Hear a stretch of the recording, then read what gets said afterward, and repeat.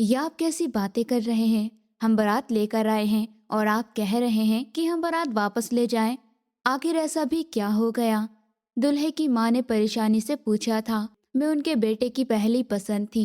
आपको उदासी होगी, इसलिए यही ठीक है कि आप लोग चले जाइए।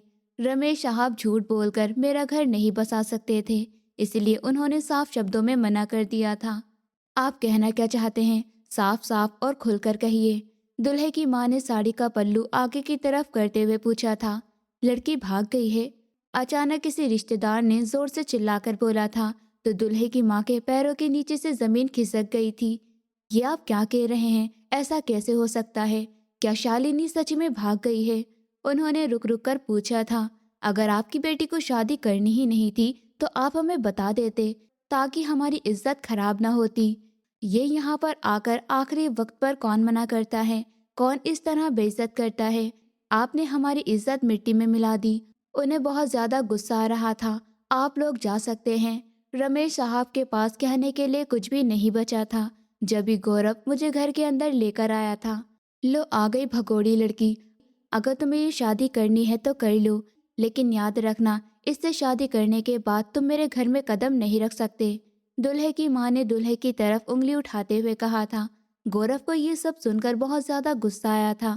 तभी वो चिल्लाकर बोला था, अगर आप लोगों की बकवास खत्म हो चुकी हो तो आप यहाँ से जा सकते हैं, क्योंकि शालिनी अब मेरी पत्नी है।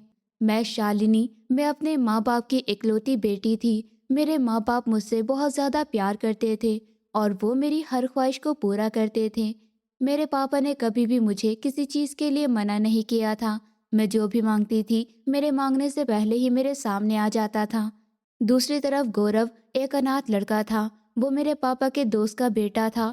गौरव के माँ बाप एक कार एक्सीडेंट में उसे अकेला छोड़कर चले गए थे, लेकिन गौरव उनके जाने के बाद कमजोर नहीं पड़ा था, बल्कि उसने अपने बाप के सारे बिजनेस को संभाल लिया था और बहुत ऊंचे मुकाम पर पहुंच चुका था। मेरे पापा गौरव को बिल्कुल अपने बेटे की तरह मानते थे। एक दिन मैं अपने माँ बाप के साथ कहीं शादी में गई थी और वहां मुझे एक लड़के ने देखकर पसंद कर लिया था। उसने अपनी माँ को बताया था, तो दूसरे दिन ही वो लोग मेरे घर मेरा रिश्ता लेकर आ चुके थे। मैंने जैसे ही ये बात सुनी, मेरे होश उड़ गए थे। मैं कभी भी शादी नहीं करना चाहती थी। मेरे पापा ने सारी जानकारी निकाली तो उन्हें रिश्ता पसंद आ गया था और उन्होंने रिश्ते के लिए हाँ कर दिया था। लेकिन मैंने अपनी माँ से काफ़ी मना किया था कि मुझे ये शादी नहीं करनी, लेकिन माँ ने ज़बरदस्ती इमोशनल ब्लैकमेल करके मुझे इस शादी के लिए राज़ी कर लिया था। मैं नहीं जानती थी कि वो लड़का कौन है, कैसा है, लेकिन मैं बस शादी ही नहीं करना चाहती थी। लेकिन मेरे मना करने के बाद भी शादी की सारी तैयारियां शुरू हो चुकी थी और देखते ही देखते शादी का भी दिन आ चुका था। ये तुम क्या कह रही हो? ऐसा कैसे हो सकता है? ढूंढो उसे, किधर चली गई है? खास शादी वाले दिन मैं अपनी शादी से भाग गई थी और इस वक्त पूरे खानदान में तूफान मच गया था। पापा का दिल बैठा जा रहा था। उन्हें तो यकीन ही नहीं आ रहा था कि उनकी लाडली बेटी ये सब कुछ भी कर सकती है। यकीन तो वहाँ मौजूद किसी भी इंसान को नहीं आ रहा था, लेकिन मैं इतना बड़ा कदम उठा चुकी थी, वो भी किसी इंसान की मोहब्बत में। और इस वक्त सबकी नज़रें खानदान के सबसे भरोसेमंद इंसान गौरव पर जमी हुई थी, क्योंकि सबको यकीन था कि गौरव कुछ न कुछ कर ही लेगा। रमेश अंकल, आप फिक्र मत करिए, सब ठीक हो जाएगा, शालिनी मिल जाएगी। यार मैं कैसे फिक्र न करूं, उसकी बारात आने वाली है और ऐसे में वो। पापा अपनी बात भी पूरी नहीं कर सके थे कि अचानक उनके दिल में दर्द उठने लगा था। वो एक तरफ सोफे पर बैठ गए थे। सबको उनकी फिक्र होने लगी थी। ऊपर वाले का वास्ता है रमेश साहब, आप खुद को संभालिए। अगर आप ऐसे करेंगे तो शालिनी, मेरा दिल चाह रहा है कि शालिनी मेरे सामने आए और मैं उसका गला घोट के उसे मार दूं। कैसे उसने अपने बाप की इज्जत को मिट्टी में मिला दिया और इतना बड़ा कदम उठा लिया। ये सब तुम्हारी आज़ादी का नतीजा है नंदिनी। आज हमारी बेटी हमारी इज्जत मिट्टी में मिलाकर चली गई। कैसी माँ हो तुम? क्या तुम्हें इतना भी नहीं पता था कि तुम्हारी बेटी बाहर किसी से इश्क लड़ा रही है? पापा की बात पर वहां मौजूद सब लोगों ने अफसोस से सर हिलाया था। मैंने अपनी माँ से कितनी बार मना किया था कि मैं ये शादी नहीं करना चाहती, मैं किसी और से मोहब्बत करती हूँ, लेकिन मेरी माँ ने मुझे डांट कर चुप करवा दिया था। और अब वो इस बात का नतीजा भुगत रही थी। वो पछता रही थी कि काश वो ये बात पापा को पहले बता देती तो वो कोई ना कोई हल निकाल लेते। लेकिन अब बहुत देर हो चुकी थी। अब तो बस ऊपर वाला ही जानता था कि मैं इस वक्त कहाँ थी। मैं दुल्हन के कपड़े पहने भाग रही थी। मैंने इतना बड़ा कदम उठा तो लिया था, लेकिन मुझे मंजिल का कुछ नहीं पता था। मैं अपनी मोहब्बत की वजह से पार्लर से भागी थी, और जिस लिए भागी थी उसे खुद भी नहीं पता था। मैं भागते भागते बड़ी बुरी तरह गिर पड़ी थी कि मेरी कलाई से चूड़ियाँ टूटकर बिखर गई थी और मेरी कलाई पर भी चोट आई थी। हे ऊपर वाले, मेरी मदद कर। अगर उन लोगों में से किसी ने भी मुझे देख लिया तो वो मुझे जान से मार डालेंगे। मैं वापस उठी और मुझे अपने पीछे कुत्तों के भौंकने की आवाज़ आने लगी थी। हे ऊपर वाले, कहीं ये गौरव के कुत्ते तो नहीं हैं? ये मुझ तक पहुंच तो नहीं गया? अगर उसने मुझे देख लिया तो मैं कभी भी नहीं बच पाऊंगी। मैं फौरन उठी और फिर से भागने लगी कि सुनसान सड़क पर एकदम एक सफ़ेद रंग की कार बिल्कुल मेरे पास आकर रुकी थी। मैं डर कर पीछे हटी थी। गाड़ी से उतरने वाला इंसान कोई और नहीं बल्कि गौरव था। मेरे दिल ने धड़कना ही बंद कर दिया था। मैं अपने कदम पीछे हटाने लगी थी, जबकि वो पूरी हिम्मत से मेरी तरफ बढ़ता चला जा रहा था। इससे पहले कि वो मेरे पास पहुंचता, मैं पीछे होकर भागने लगी थी।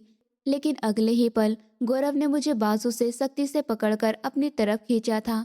छोड़ो मुझे, मैं चिल्लाने लगी थी। बहुत शौक है तुम्हें भागने का, लेकिन बहुत गलत किया है तुमने। तुम्हें क्या लगता था कि तुम भागोगी और मुझसे बच जाओगी? गौरव की नज़रों में बहुत ही ज्यादा नफरत थी, एक ऐसी नफरत जो सामने मौजूद लड़की को खा जाना चाहती थी। छोड़ो मुझे, मुझे नहीं जाना। मैं अपने आप को उससे छुड़ा रही थी जो मुझे लेकर गाड़ी की तरफ बढ़ रहा था। इससे पहले कि वो मुझे गाड़ी में पटकता, मैंने उसके हाथ पर जोर से काटा था, लेकिन वो फिर भी मुझे गाड़ी के अंदर डाल चुका था। मेरा सर बहुत बुरी तरह से टकराया था, लेकिन वो मेरी परवाह किए बिना दरवाज़ा बंद कर चुका था। ये तो सच था कि वो मेरे मामले में बहुत खतरनाक था। गाड़ी घर की तरफ दौड़ चुकी थी। वो मेरे मिल जाने की खबर घर पे दे चुका था। सब घर वालों ने सुकून का सांस लिया, लेकिन वही अब सबको ये फिक्र सता रही थी कि बारात बिल्कुल दरवाजे पर आने वाली थी। वो उन्हें क्या जवाब देंगे? मुझे नहीं लगता रमेश कि अब कुछ बचा है। उन्हें साफ साफ बता दो कि क्या कुछ हो चुका है, ताकि बाद में शालिनी के लिए इनकार न कर दें। मेरी चाची ने मेरे पिताजी से कहा था, तो करने दो उन्हें इनकार। उसके बाद मैं शालिनी को जिंदा जमीन में अपने हाथों से गाड़ दूंगा। पापा ने बहुत गुस्से में जवाब दिया था। बारात आ गई, बारात आ गई। अचानक बहुत शोर मच उठा था, तो वो सब एक दूसरे को मुंह देखने लगे थे। यही वक्त था उनकी इज्जत बर्बाद होने से बचने का, या फिर इज्जत मिट्टी में मिल जाने का। या आप क्या कह रहे हैं? हम बारात लेकर आए हैं और आप कह रहे हैं कि हम अपनी बारात वापस ले जाएं। आखिर ऐसी भी क्या बात हो गई? दुल्हे की माँ ने रुक रुक कर पूछा था।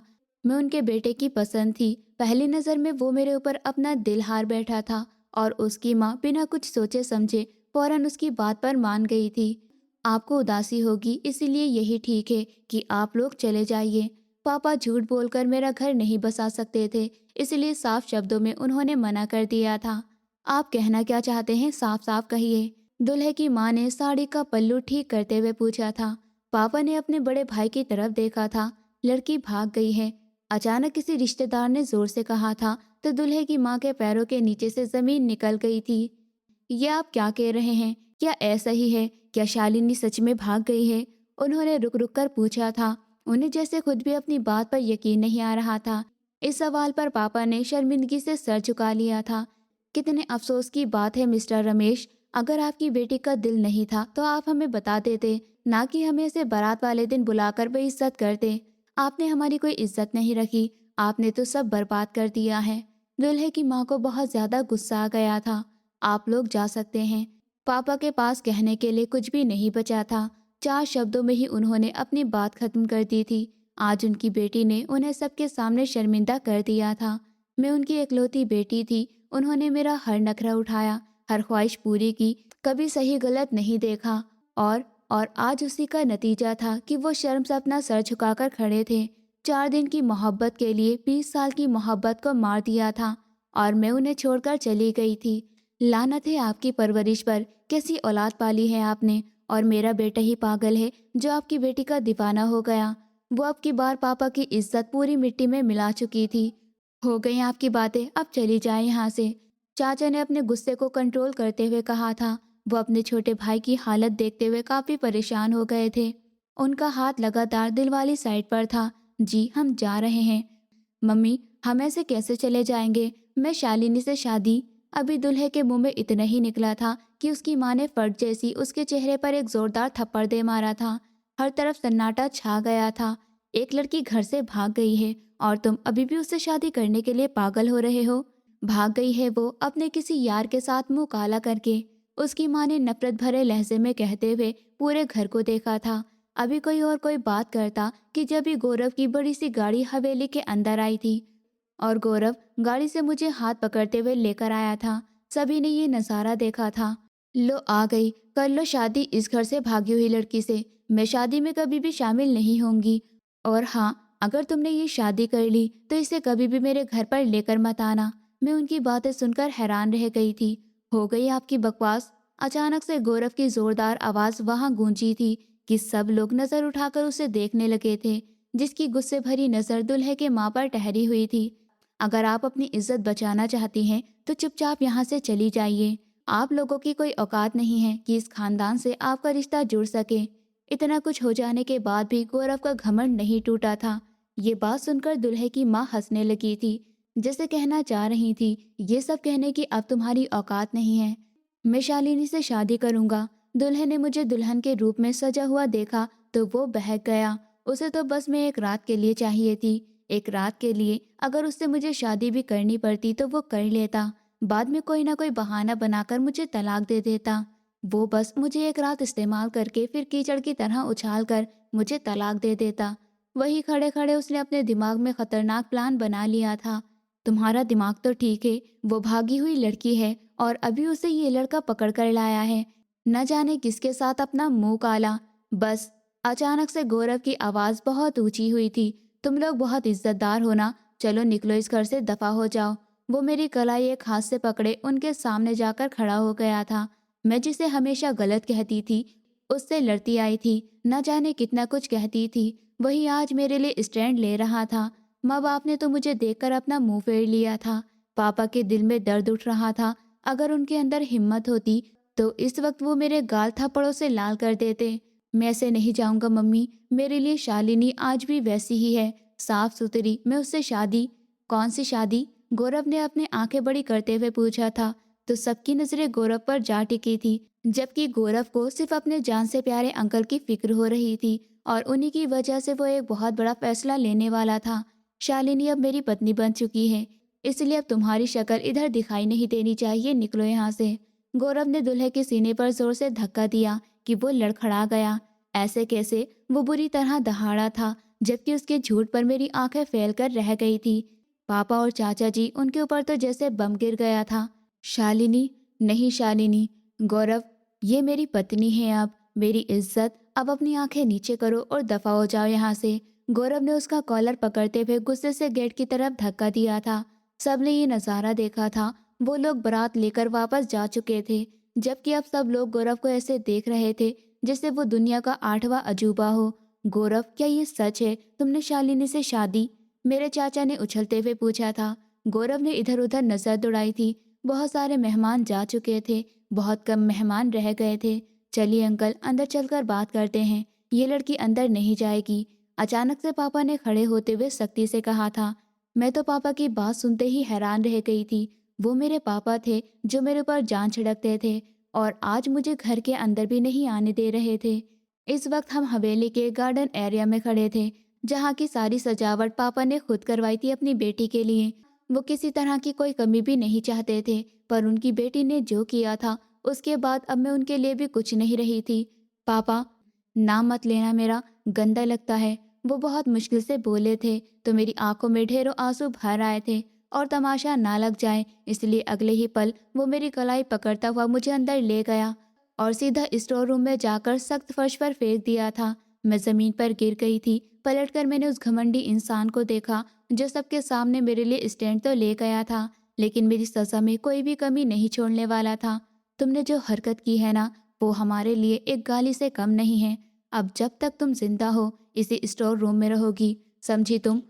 वो मुझसे बोलता हुआ बाहर निकल गया और उस स्टोर रूम का दरवाजा बाहर से लॉक कर चुका था और मैं रोती रह गई थी। लेकिन मैं ये नहीं जानती थी अगर मैं बाहर रहती सबके सामने तो कितनी बातें सुनने को मिलती और शायद माँ बाप से थप्पड़ भी खाने को मिलता। कहने को मैं किसी को पसंद करती थी और उसके लिए ही मैं घर से भागी थी, पर कोई नहीं जानता था कि मेरे दिमाग में क्या चल रहा है। अगर मैं अपने घर से अपनी शादी के वक्त पर भागी तो कम से कम उस इंसान को इस बारे में पहले से पता होना चाहिए था, बल्कि उसे तो मुझे लेने भी आना चाहिए था। पर यहाँ तो ऐसा कुछ भी नहीं हुआ था। यही बात गौरव को बुरी तरह काट रही थी कि क्या सोचकर मैंने इतना बड़ा कदम उठाया था।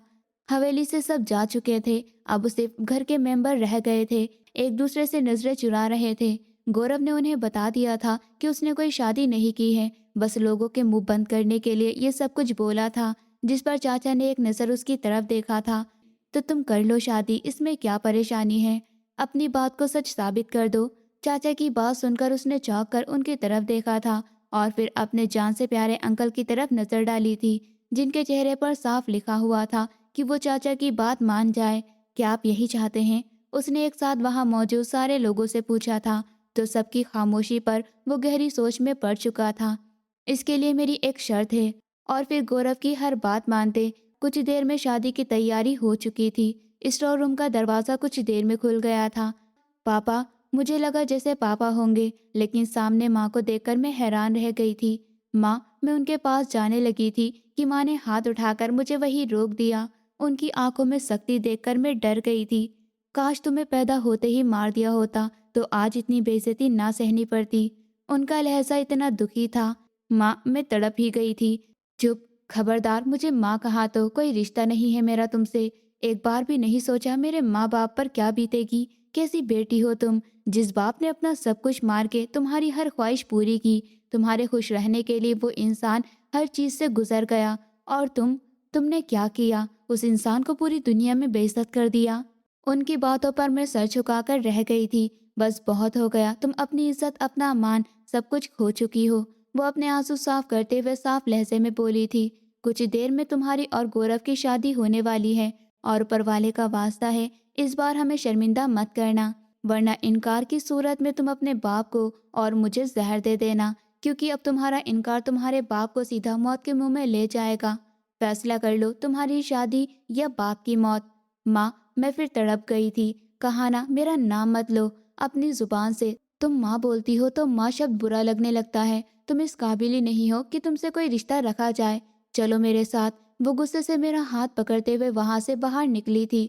मुझे लेकर वो लॉन्च से गुजरते हुए ऊपर आ गई थी, जहाँ शादी की सारी तैयारियां पूरी हो चुकी थी। मुझे लाकर एक तरफ बिठा दिया गया था। मैं बहुत अच्छे से जान चुकी थी कि गौरव मेरी जिंदगी खराब कर देगा। कुछ ही देर में शादी हो चुकी थी। पापा उठकर खड़े हो गए थे। गौरव ने खुद आगे बढ़कर पापा को अपने सीने से लगाया था। आज के बाद हमारा इस लड़की से कोई रिश्ता नहीं है। ये जिए या मरे, तुम जो चाहो इसके साथ करो। हम लोगों में से कोई कुछ नहीं बोलेगा। मेरे लिए आज ये मर गई है। उनकी सख्त बातों पर मैं काँप कर रह गई थी। मेरे लिए आज से ये मर चुकी है। उनकी सख्त बातें सुनकर वहां पर मौजूद हर इंसान की आंखें भीग गई थी, जबकि मेरा झुका हुआ सर ऊपर नहीं उठ पा रहा था। कोई भी उनके फैसले के खिलाफ नहीं जा सकता था। वो अपने कमरे की तरफ बढ़ गए थे तो माँ भी भागते हुए उनके पीछे चली गई थी। चाचा ने गौरव को देखा था। वो जानते थे कि मेरी गलती माफ़ी के काबिल नहीं है, लेकिन फिर भी वो गौरव को ही समझा सकते थे, वरना उसके सुलूक की वजह से मैं टूट जाती। लेकिन मैं अब किसी की भी नज़र में मासूम नहीं रही थी। सबके जाने के बाद वो मेरी तरफ मुड़ा था और मेरा हाथ पकड़ते हुए मुझे सख्त से खड़ा किया। इससे पहले मैं कुछ बोलती, गौरव की आंखों का गुस्सा देखकर मैं चुप हो गई थी। न जाने वो मेरे साथ क्या करने वाला था। वो मुझे खींचता हुआ गाड़ी तक ले गया था और अपने घर ले आया था। कमरे में लाते हुए उसने मुझे जोर से धक्का दिया और दरवाज़ा लॉक करते हुए मेरी तरफ बढ़ा था। मैंने डरी हुई नज़रों से उसे देखना चाहा, लेकिन उसकी आंखों का गुस्सा देखते हुए मैं डर गई थी। वो मेरी तरफ बढ़ते अपनी शर्ट के बटन खोलने लगा था। मैं हंसने लगी थी, जिस पर उसे और ज़्यादा गुस्सा आया था। बहुत हंसी आ रही है, बहुत अच्छा काम किया है ना तुमने, जो ऐसे मुस्कुरा रही हो। वो मेरे मुस्कुराने पर और ज़्यादा गुस्से में आ गया था। तुम ना पहले मर्द हो ना आखिरी, जो ज़बरदस्ती एक लड़की से शादी करके उस पर अपना हक जता रहे हो। अपनी जुबान को लगाम दो। वो मेरी गर्दन सख्ती से पकड़ चुका था। अगर उस लम्हे में वक्त पर ना पहुंचता तो गली के कुत्ते तुम्हें नोच रहे होते। तब तुम्हें पता चलता। वो दहाड़ा था तो तुम क्या कर रहे हो? मैं भी बिना डरे उसकी आंखों में आंखें डालते हुए बोली थी, तुम भी वही कर रहे हो। बस फर्क इतना है कि वो गली के कुत्ते होते और तुम। शालिनी। अचानक गौरव का हाथ उठा था, लेकिन वो हवा में ही रुक गया था। वो जानता था सामने मौजूद लड़की जितनी चाहे बहादुर बन जाए, लेकिन उसके हाथ का थप्पड़ खाते ही बेहोश हो जाएगी। मेरे अंदर इतनी हिम्मत नहीं थी कि मैं उसका एक भी थप्पड़ बर्दाश्त कर पाती, जबकि मैं बोलते हुए एक कदम रुक चुकी थी। उसके हाथ उठाने पर भी डर गई थी। गौरव ने पूरी हिम्मत से मुक्का बेड पर मारा था। मुझे टेस्ट मत करो, वरना अपने हाथों से गला घोट के तुम्हें मार दूंगा, वो बहुत सख्त अंदाज में बोला था। इस बार मैं चुप रही थी, जबकि पूरा शरीर कांप रहा था। और तुम्हें क्या लगता है कि मैं तुम्हारे पास आऊंगा? आखिर तुम्हारे अंदर क्या है जिसको देखते हुए मैं तुम्हारे पास आऊंगा? उसकी बात पर मेरे कानों से धुआं निकलने लगा था। तुम्हारी इतनी औकात नहीं है कि तुम मेरे पास आ सको। मेरी पत्नी बनने के तुम लायक ही नहीं हो। तुमसे शादी तुम्हें पत्नी बनाने के लिए नहीं की, बल्कि तुम्हारे खानदान की इज्जत बचाने के लिए की है। अपने अंकल को मैं बदनाम नहीं करना चाहता था, पर तुम्हें क्या, तुम्हारे माँ बाप तुम्हारी वजह से जिए या मरे, तुम पर तो मोहब्बत का भूत सवार था ना। और अब इस भूत को बहुत जल्दी उतार फेंक दूंगा, वादा है मेरा। वो पीछे होता हुआ नफरत से बोला था, जबकि मैं कांपते हुए पीछे हो गई थी। उतरो बेड से फौरन। वो अपनी टर्न में वापस आ गया था। सुनाई नहीं दे रहा, उतरो। उसकी आवाज में इतना गुस्सा था कि मैं फौरन डर के बेड से नीचे उतर गई थी। चेंज करो ये ड्रेस। वो मेरे पास आता हुआ मुझे देखता हुआ बोला था। मुझे तुम कभी भी तैयार होते हुए ना दिखाई दो। बिल्कुल सादा सी दिखाई देनी चाहिए। बिल्कुल सादा, मतलब सादा। सजना सवरना आज से खत्म। जाओ चेंज करो। वो एक एक शब्द चबाकर बोला था, तो मैं लड़खड़ाते हुए खामोशी से ड्रेसिंग रूम की तरफ बढ़ गई थी। वहाँ बहुत ही सादे कपड़े रखे हुए थे और बहुत ही हल्के, जो उनके घर के नौकर भी नहीं पहनते होंगे। लेकिन मैं चुपचाप चेंज करते हुए वो पहन चुकी थी। मैं चेंज करते बाहर आई तो वो खतरनाक इंसान वहीं पर मौजूद था। एक नज़र मुझे देखा, जो आम से कपड़ों में भी बहुत ज़्यादा चमक रही थी। मैं खानदान की सबसे खूबसूरत लड़की थी। मैं एक खूबसूरती का पुतला थी, जिसे देखकर सब दीवाने हो जाते थे। लेकिन सामने गौरव था, उस पर खूबसूरती का कोई असर नहीं पड़ता था। उसके लिए औरतों में शर्म होना सबसे ज़रूरी था, और सामने खड़ी लड़की उसकी नज़रों में सिर्फ एक बेशर्म थी। ना तो मुझे बेड पर नजर आओ और ना ही सोफे पर, वहाँ नीचे कारपेट पर सोते हुए नजर आओ। और कमरे से निकलने की कोशिश भी मत करना। जियो या मरो, इसी कमरे में रहोगी। तुम्हारी ज़रूरत की, बहुत ज़्यादा ज़रूरत की चीज़ें तुम तक पहुँचा दी जाएंगी। मैं तुम्हें इस कमरे की चौखट से बाहर पैर रखते हुए ना देखूं, समझी तुम? वो मुझे बाजू से पकड़ते हुए कहता हुआ मुझे बहुत ही जहर लग रहा था।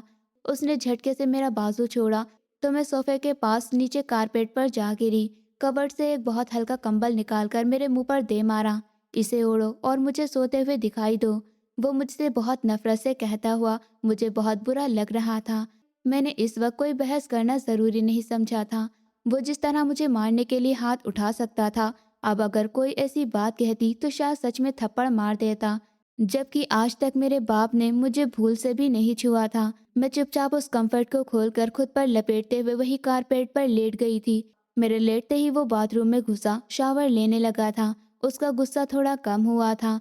मैं आंखें बंद कर चुकी थी। वो बहुत उलझा हुआ था। एक ऐसी लड़की को जिंदगी में शामिल कर चुका था जिससे वो बहुत नफरत करता था, जिसकी हरकतों से वो परेशान था। अब सारी जिंदगी उसे देखना था। वो शावर लेकर नाइट ड्रेस में बाहर निकला तो मैं सर तक कंबल लेटे हुए लेटी थी। मेरा कांपता हुआ शरीर महसूस करते वो थोड़ा सा नर्म हुआ था, लेकिन फिर मेरी आज की हरकत को याद करता हुआ अपना दिल सख्त कर गया था। बाल ड्राई करता हुआ लाइट कम करता बेड की तरफ बढ़ा था। मोबाइल उठाकर कुछ ईमेल चेक करने लगा। सब कुछ अब शांत था। ऐसा महसूस हो रहा था जैसे अब सब कुछ अंदर कंट्रोल हो। लेकिन फिर भी गौरव को कुछ महसूस हो रहा था, जैसे कोई तूफान आने वाला है।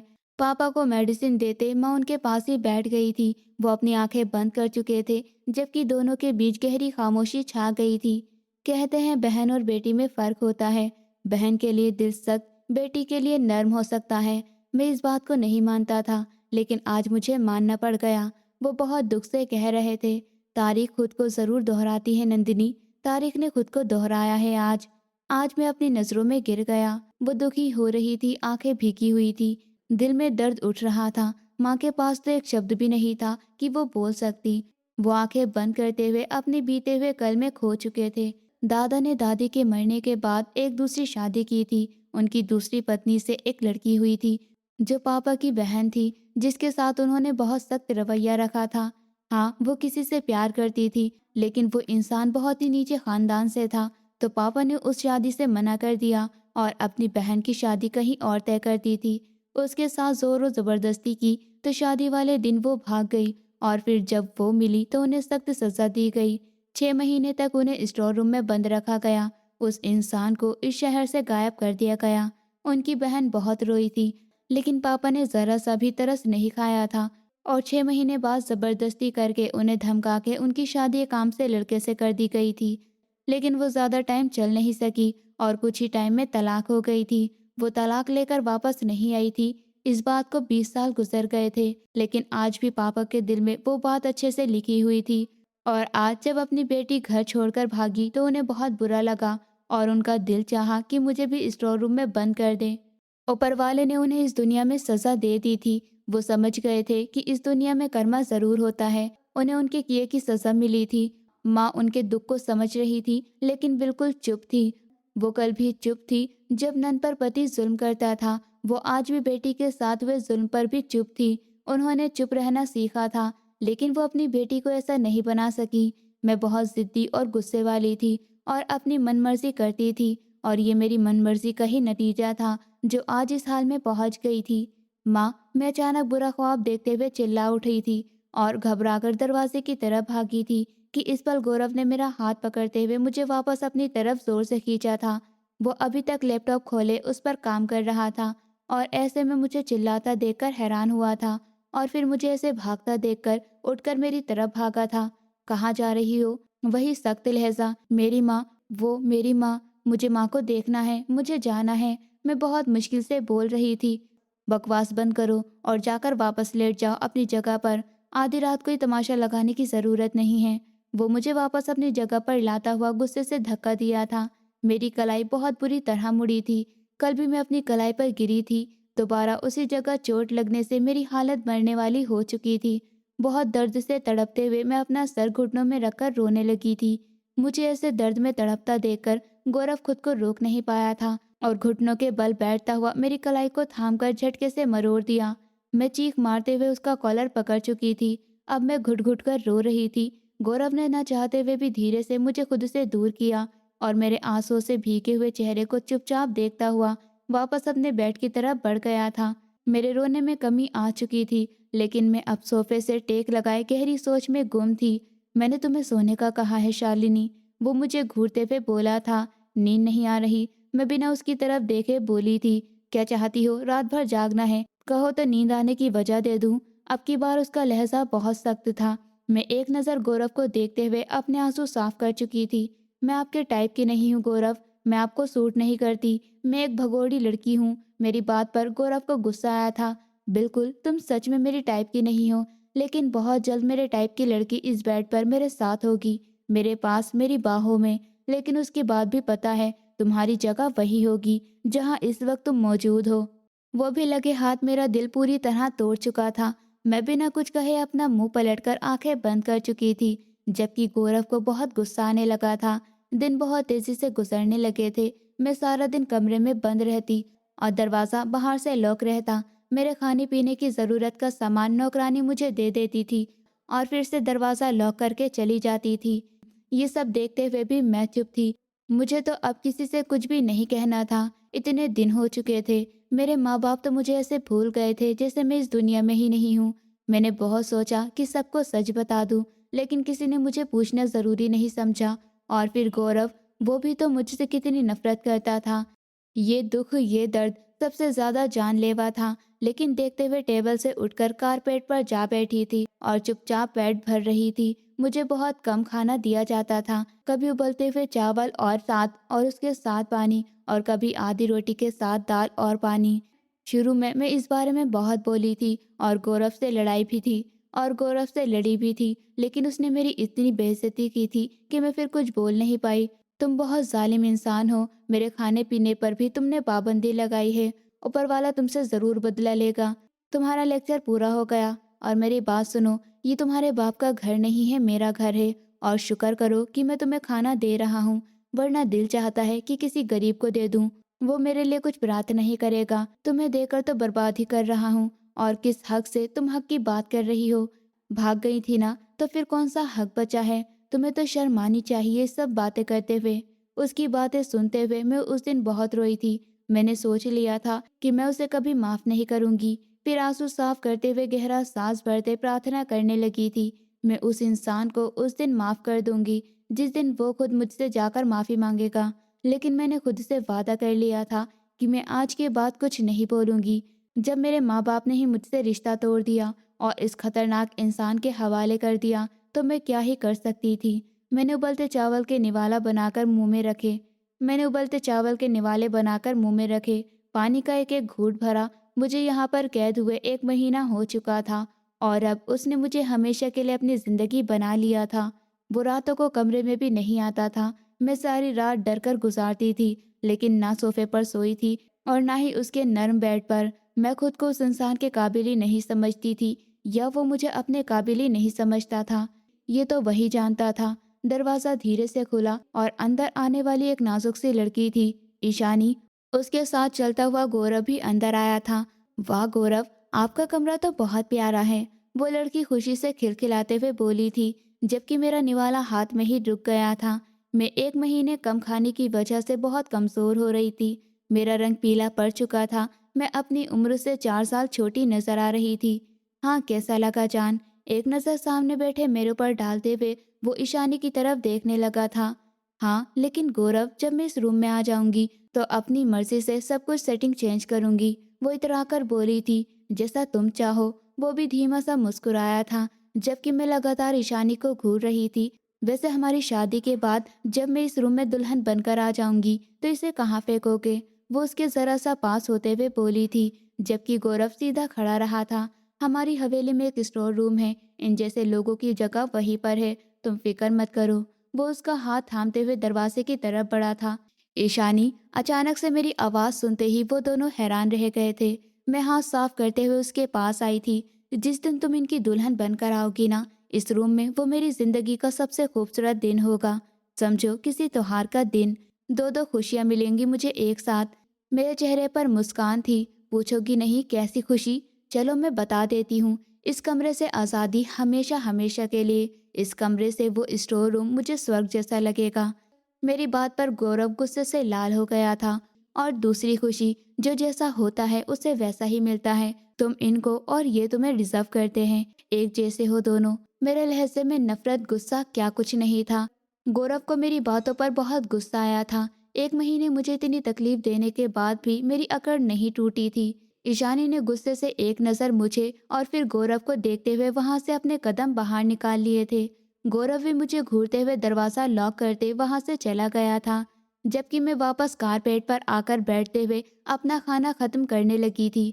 लेकिन जानती थी कि अब कुछ ही देर में वो तूफान बनकर अंदर आएगा, और ऐसा ही हुआ था। अंदर आते ही उसने दरवाज़ा लॉक किया। मैं जो बर्तन समेट रही थी उसे इस तरह खतरनाक अंदाज में आगे बढ़ता देखकर डर गई थी। मुझे बालों से पकड़ते हुए मेरा चेहरा अपनी तरफ मोड़ा था। क्या समझती हो तुम खुद को? कौन डिजर्व करता है मुझे, अब तुम मुझे बताओगी? मेरा लापरवाह अंदाज गौरव को गुस्सा दिलाने के लिए काफ़ी था।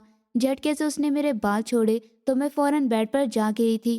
कितने टाइम बाद मैंने ये नरमी महसूस की थी। मैं हंसने लगी थी। पूरी दुनिया में आपको यही मिली थी, पर आपकी कोई गलती नहीं है। इंसान का किया उसके सामने ज़रूर आता है। मैं अभी भी उसे और गुस्सा दिला रही थी। क्या कहना चाहती हो तुम? क्यों मरना है तुम्हें मेरे हाथों से? वो मुझे झंझोड़ते हुए अपने सामने कर गया था। हाँ, मरना है मुझे, मार दीजिए। जान छूटेगी आपकी और मेरी भी। अब की बार मैं जोर से चिल्लाई थी, अपनी आवाज़ नीचे रखो वरना जुबान खींच लूंगा। इतने दिनों बाद दोनों के बीच फिर से झगड़ा हुआ था, वरना तो आपस में बात करना ही बंद कर चुके थे। इतनी आसान मौत तो कभी भी नहीं दूंगा तुम्हें। जो बेइज्जती तुमने दी है, अभी तो उसका एक हिस्सा भी तुम्हें वापस नहीं मिला है। हाँ बिल्कुल, और जो बेइज्जती आपको ईशानी से मिलने वाली है, उसके बारे में आपका क्या ख्याल है? मैं भी लगातार बोलती रही थी। फालतू मत बोलो, जो कहना है साफ साफ कहो। वो मेरे माथे पर बल डालते हुए बोला था। ये तो आपको वक्त बताएगा, तो तुम ही बता दो। वो मेरे नाजुक से हाथ को दबोचते हुए बोला था। मुझे अपना दिल डूबता हुआ महसूस हो रहा था। इस पूरे महीने में एक लम्हे के लिए भी वो मुझसे नहीं बोला था। यहाँ तक कि घर का कोई इंसान भी मुझसे नहीं बोला था। गौरव ने शादी पर यही शर्त रखी थी कि कोई भी अब उसके और मेरे रिश्ते में नहीं बोलेगा। वो मेरे साथ जो चाहे जैसा चाहे करेगा और सबने उसकी हाँ में हाँ मिला दी थी। ये बात और थी कि माँ बाप दोनों ही मेरी शक्ल देखने को तड़प रहे थे। 1 महीने से उन्होंने अपने जिगर के टुकड़े को नहीं देखा था। गौरव की शर्त मानना उन लोगों की मजबूरी थी, लेकिन गौरव ने मुझे हर तरह से टॉर्चर किया था और मैं भी चुपचाप सहती जा रही थी और अपनी जुबान से एक शब्द भी नहीं कहती थी। ये बात अलग थी कि गौरव को भी मैं पहले से ज्यादा दिल पर लगने लगी थी। वो चाहता था कि मैं कुछ बोलूं, अपने किए पर शर्मिंदा हो जाऊं, माफी मांगू और वो मुझे माफ कर देगा, मुझे अपनी जिंदगी में पत्नी का दर्जा देगा। मैं उसकी पत्नी थी और जो मैंने किया था मुझे उसकी अच्छी खासी सजा दे चुका था। पर वो ये नहीं जानता था कि इस 1 महीने में कितना बदल गई हूँ। मेरे लिए अब कुछ भी मतलब नहीं रखता था, मैं खुद भी नहीं। मेरे लिए अब कुछ भी मतलब नहीं रखता था, मैं खुद भी नहीं। मेरी खामोशी को ख़त्म करने के लिए वो ईशानी को लेकर आया था ताकि मैं जलते हुए उसको रोकने की कोशिश करूं, पर मैं तो उसे खुली छूट देते हुए पीछे हट गई थी और ये बात गौरव को और गुस्सा दिला रही थी। मुझे सिर्फ 2 घंटे हुए थे गायब हुए और तुमने मुझे 2 घंटों के अंदर ढूंढ लिया। क्योंकि तुम गौरव हो, तुम कुछ भी कर सकते हो, कुछ भी। लेकिन यही इंसान अपनी नहीं होने वाली पत्नी के बैकग्राउंड को नहीं जानता। हैरत की बात है, मैं उसे ताने पर ताना दे रही थी और वो चुपचाप देखे जा रहा था। तुम जानती हो उसे। वो मेरे बाजू को और सख्ती से दबोचते हुए बोला था। मेरा दिल एक पल के लिए बहुत जोर से धड़का था। इस पूरे महीने में वो कभी भी मेरे पास नहीं आया था। मुझे छूना तो दूर की बात, वो कभी मुझे देखता भी नहीं था और अब उसे इस तरह देखते हुए मुझे तब कपकपाहट महसूस हो रही थी। लेकिन फिर भी मैंने उसे जाहिर नहीं होने दिया था। उसकी बात सुनते हुए मैं हंसने लगी थी। कभी नहीं बताऊंगी। तुम जान से जाओगी। मेरी पत्नी होने के बाद भी तुम मरोगी। मेरे हाथों से ही देख लेना। गौरव ने मुझे और सख्ती से दबोचते हुए बोला था। मैंने आंखें फाड़ते हुए हैरत से उसे देखा था। वो मुझे अपनी पत्नी मान रहा था। मुझे लगा जिसे मैंने गलत सुना है। छोड़ो मुझे।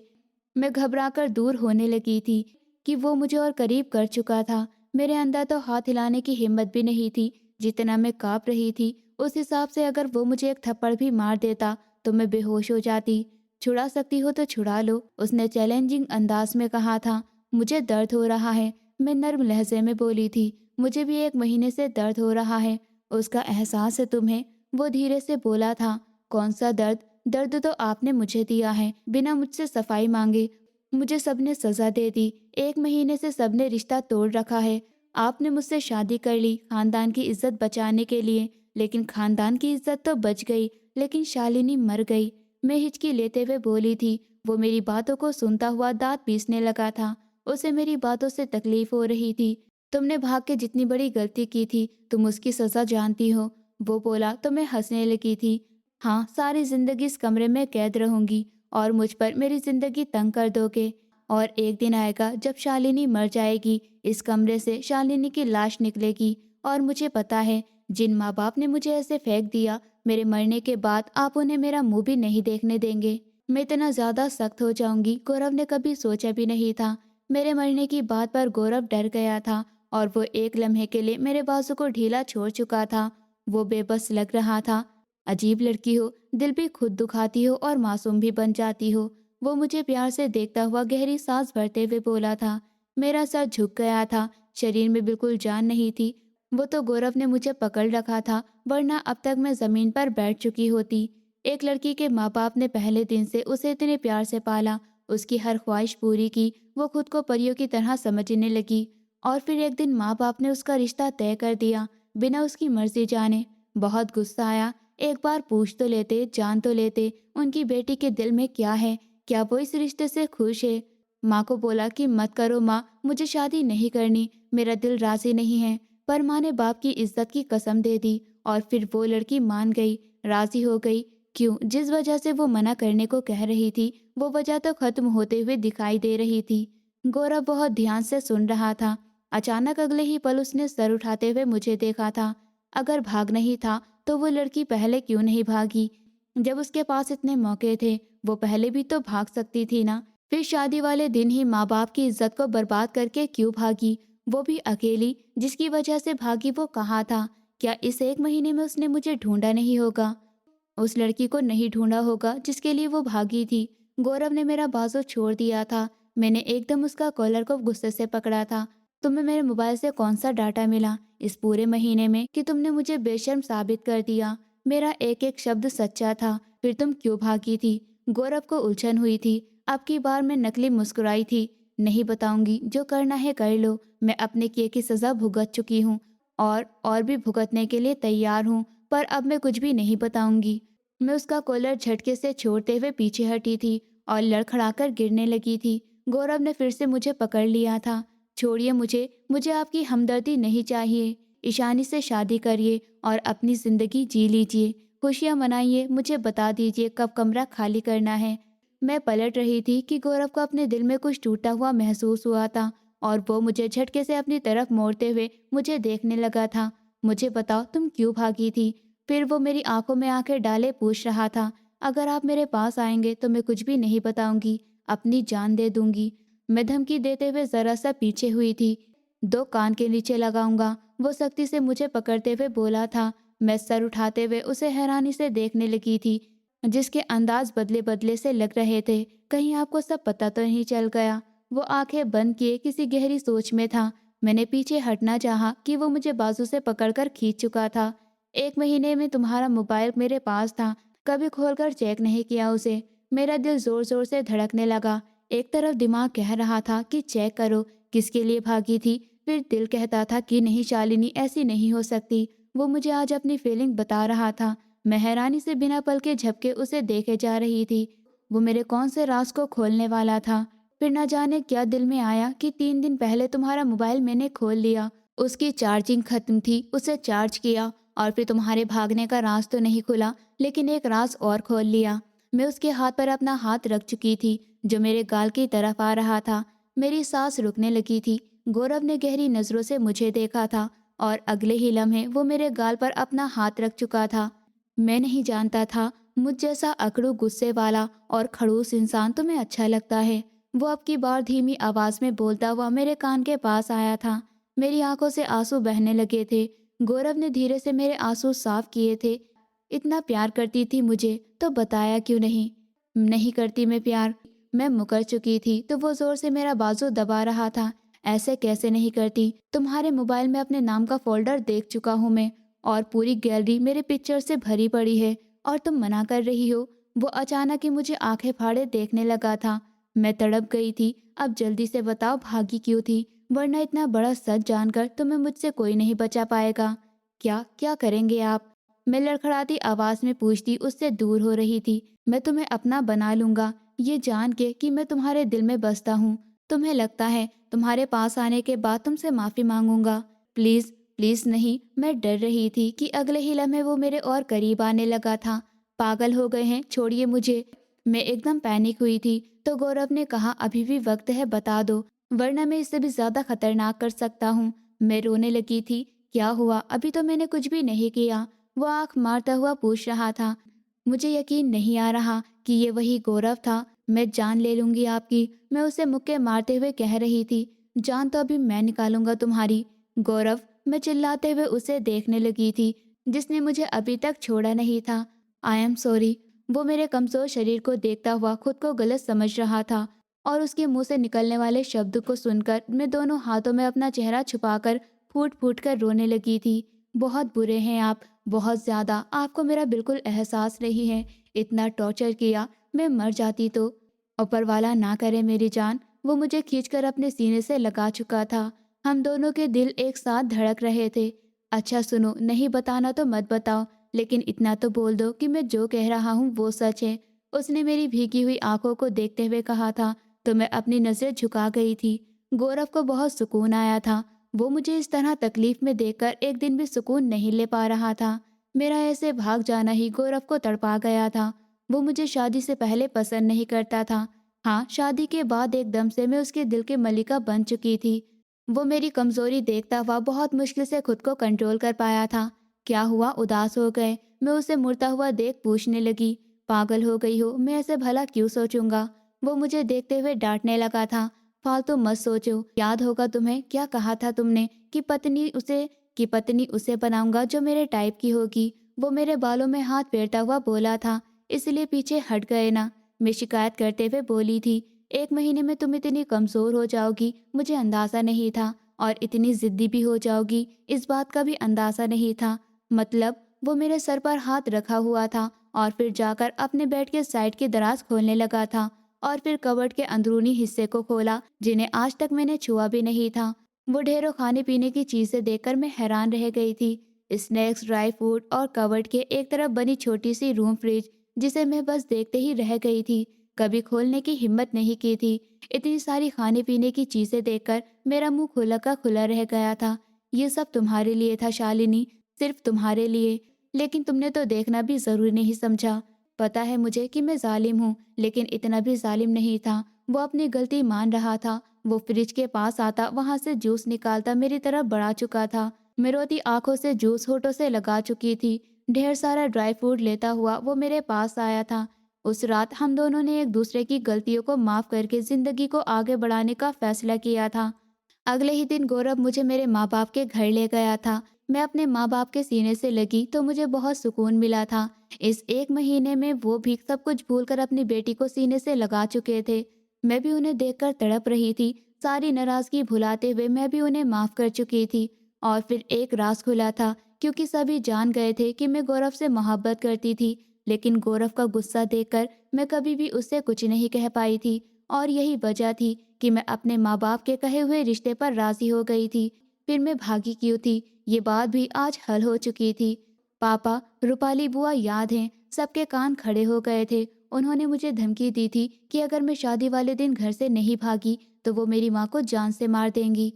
मेरी बात सुनकर जैसे सबके रोंगटे खड़े हो गए थे। ये क्या कह रही हो?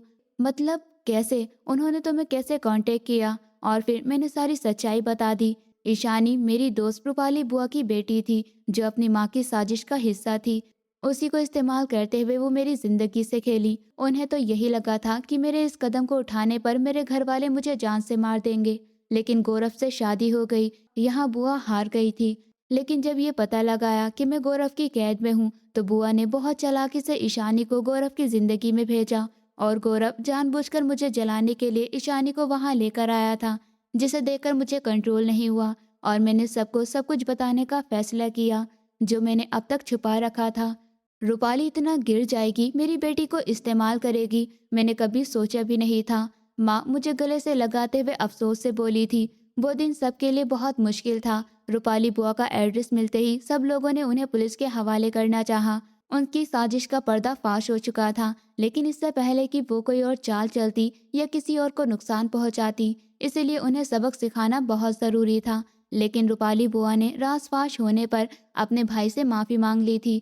वो भी नफरत और बदले की आग में मजबूर होकर ये सब कर रही थी।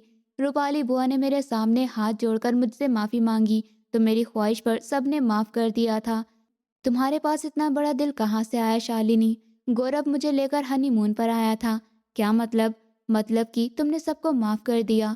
वो मुझे हैरानी से देखते हुए बोला था। ये तो सब ऊपर वाले की मर्जी है।